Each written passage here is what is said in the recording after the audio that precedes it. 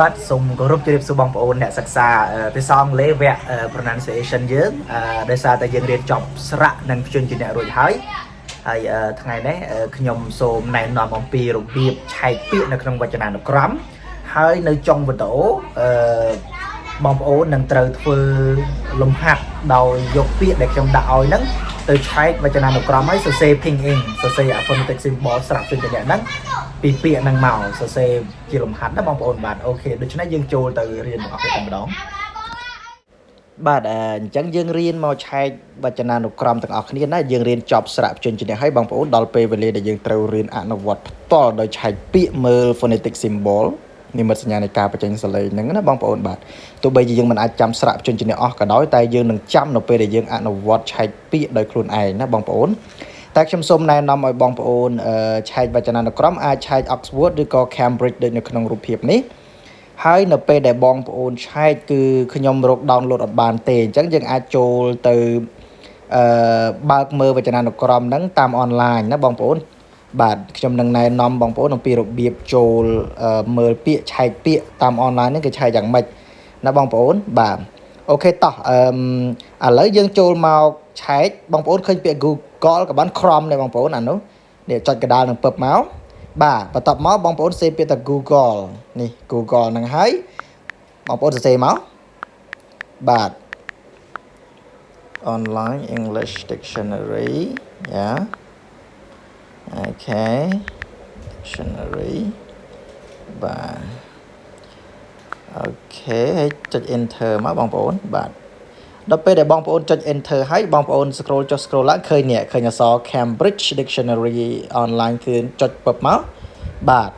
ក្រោយពីហ្នឹងហើយបងប្អូនសេពាក្យដែលបងប្អូនចង់រកនៅក្នុងហ្នឹងណាបាទសរសេរមកឧទាហរណ៍អូខេ love បាទចុចហើយ enter ពឹបពេលបងប្អូន enter ហើយបងប្អូននឹងឃើញនេះកន្លែងសលេង love បាទ love ស្ដាប់ណាបាទយើងអាចសេពាក្យថ្មីមួយទៀត wow អូខេបាទហើយយើងសាកស្ដាប់សំឡេងមើលបងប្អូន vowel អូខេ vowel លេខសេលីទេ vowel vowel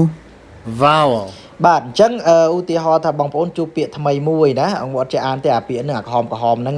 អញ្ចឹងបើបងប្អូន is learn at workplace more than at school អញ្ចឹងបងប្អូនឆែកពឹបនេះនៅក្នុងវចនានុក្រមដូចខ្ញុំសាកមិញហ្នឹងបងប្អូនសរសេរពាក្យហ្នឹងមកហើយសរសេរ ping មើល ping in វាហ្នឹងយើងអានថា experience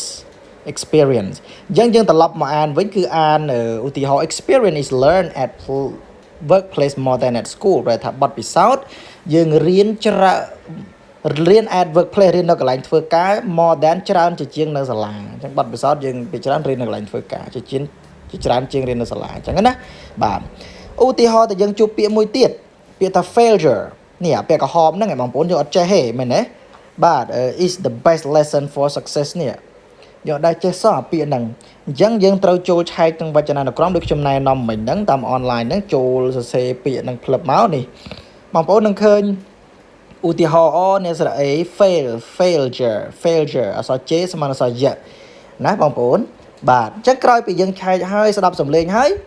យើងមកអានម្ដងទៀតណា failure is the best lesson for success ប្រែថាបរាជ័យគឺជាមេរៀនដ៏ល្អសម្រាប់ជោគជ័យបាទបងប្អូនក្រោយពីយើងរៀនឆែកពាក្យនៅក្នុងវចនានុក្រមហើយនោះ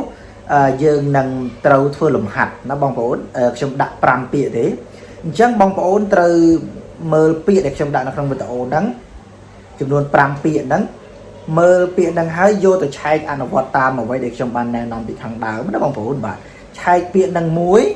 ហើយសរសេរ ping in វាសរសេរphonetic symbol វានិមិត្តសញ្ញានៃការបញ្ចេញសំឡេងហ្នឹងសូមបងប្អូនសរសេរវាសរសេរពាក្យសរសេរសញ្ញាហ្នឹងដូចតាមក្នុងវចនានុក្រមបន្ទាប់មកបងប្អូនរកឧទាហរណ៍មួយដែលខ្លួនឯង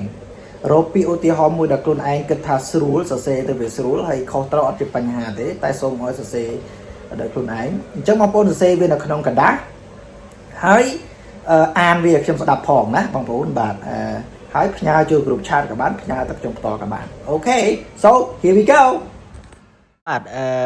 ខេអញ្ចឹងពាក្យនេះមាន5ពាក្យណាអញ្ចឹងបងខ្ញុំអត់អានជូនទេអញ្ចឹងបងប្អូនសូមអនុវត្តតាមដែលខ្ញុំណែនាំពីខាងដើមយកពាក្យហ្នឹងទៅ សរសេរក្នុងវចនានុក្រមឲ្យសរសេរអ្វីតាមដែលខ្ញុំប្រាប់ណាបងប្អូនតែ5ពាក្យហ្នឹងទេខ្ញុំចង់ដឹងថាបងប្អូនអាចធ្វើបានអត់ចឹងណាបាទខ្ញុំនឹងរងចាំចម្លើយពីបងប្អូនបាទ Thank you bye bye